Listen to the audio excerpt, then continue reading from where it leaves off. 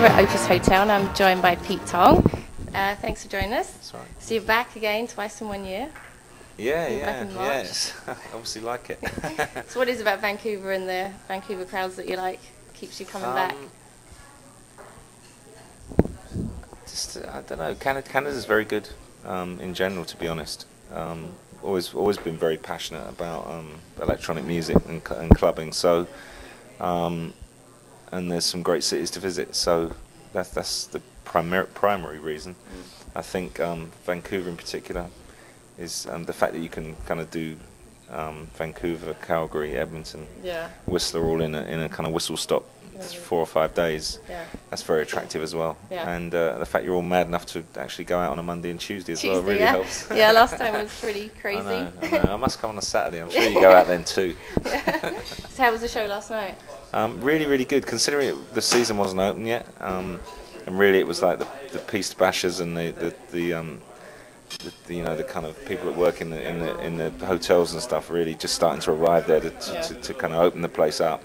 It was incredible. It was as good as playing in the spring, so when the season's in full flow. So have you had a chance to do any skiing while you've been up in Whistler? No, I was really bummed because we got our timing wrong by about a week. I knew it was going to be tight, but they decided to open the resort this coming weekend. So there was a lot of snow up there though, but not this time. It means I have to come back again. You have to come back again, yeah. Do another show.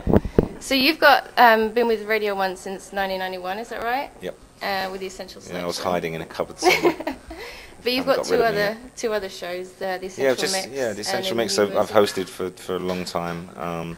But I'm really excited about this new show called In New Music We Trust, which is really more of a kind of magazine show. Like it's almost like structured like a TV show, and it's very much designed for a lot of changes that are going to happen in the BBC in the next year or so, when they're going to start beaming more and more programs to kind of mobile phones and personal computers and get even further into kind of podcasting and video casting. So the format of these shows, it's 60 minutes.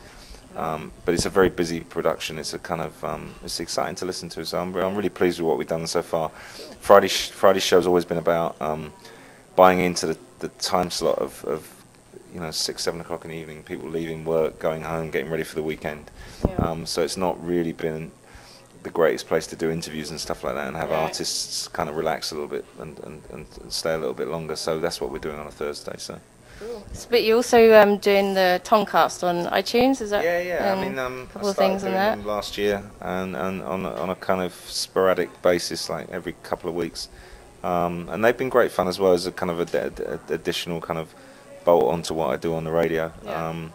I think a year ago they were a little bit easier to find than they are now. I think a lot of the kind of big media organisations have kind of gone and kind of taken over that space, and so you get an awful lot of stuff on the podcast chart now. That's just repurposed content from TV or radio. So, but we're doing an original thing.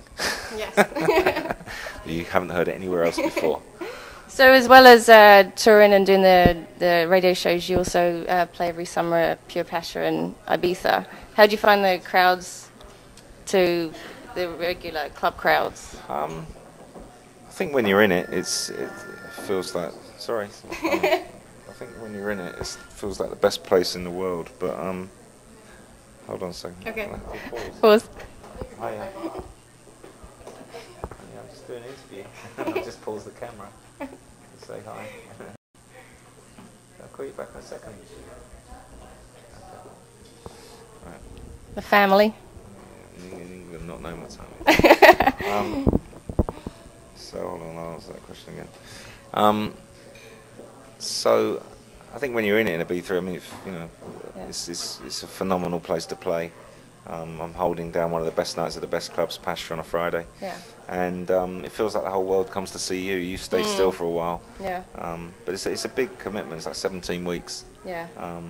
You tired after that? And that's what's tired. I think it's about the right time to Yeah. finish, and then it's really, really nice to go to other places, to come to places like here. And I think that, I mean, there's no question. I always say in a footballing term, it's like playing the World Cup Yeah. every summer, Yeah. and it's top level. But you know, when you go to other places, you're reminded there's some obviously some great other places as well. I think the most unusual thing about Pacha and Ibiza in general is the fact you're playing to a kind of worldwide audience now. Yeah. It's not just the Spanish or the English, Yeah. but this whole melting pot of different people from different cultures. So Especially with the internet now, making it so easy to yeah, I mean, access. you're just getting. I mean, even people from Asia now, and more people from North America, and South America. So Yeah.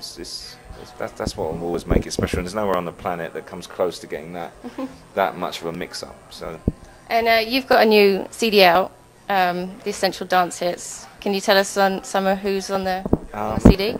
It's kind of that's just more like a roundup of everything that was around in the summer and the late summer. It's a kind of TV project I did with Universal. It's not the coolest, most underground thing I've done, but it's very much to make money for people and put, but by bringing together all the strongest tunes from the previous 3 or 4 months, and that enables them to TV advertise it and hopefully sell a lot more than some of the underground compilations do. So it's not particularly aimed at the people that actually went to the clubs. It's probably more aimed at the people that wish they'd gone. Gone, yeah, like me. And I'll give you one. yeah, I have to go 1 year.